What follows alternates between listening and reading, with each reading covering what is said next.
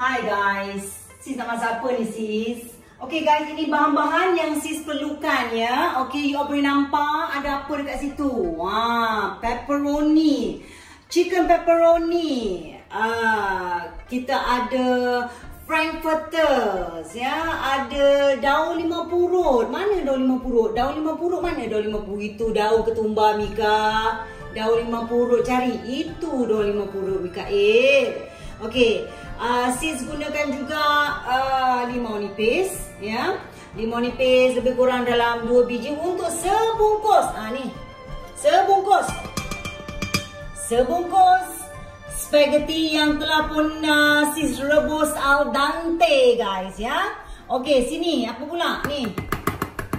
Bawang putih 8 ulas. Bila sis masak pasta, bawang putih kena banyak. So 8 ulas bawang putih yang dicincang-cincang halus.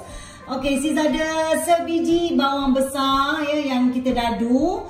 Cili padi wajib ya, anak nasi kuat pedas ya. Okey, cili padi. Tapi kalau korang rasa macam tak nak pedas, kurangkan. Tak letak pun tak apa, ikut cita rasa dan tekak korang. Alright, ni apa ni?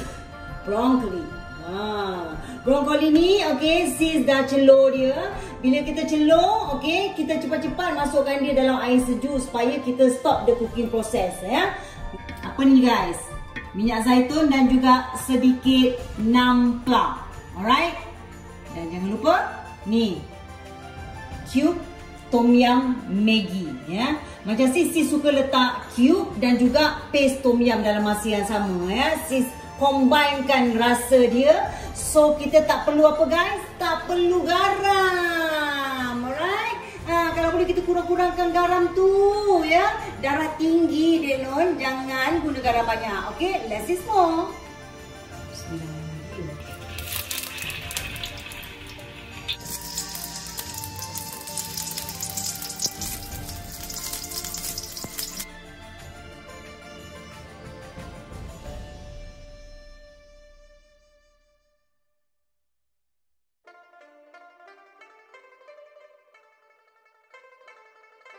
Minyak lebih goreng frankfurters dengan pepperoni jangan dibuang, okey? Kita masukkan bawang besar.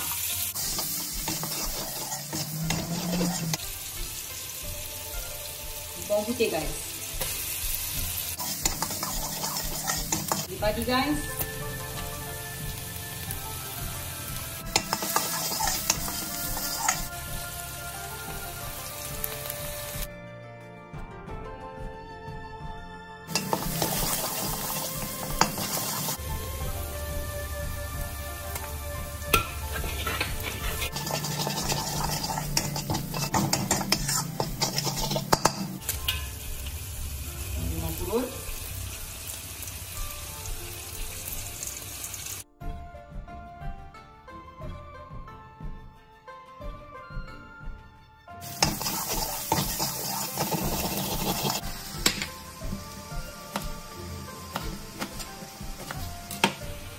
Berah guys.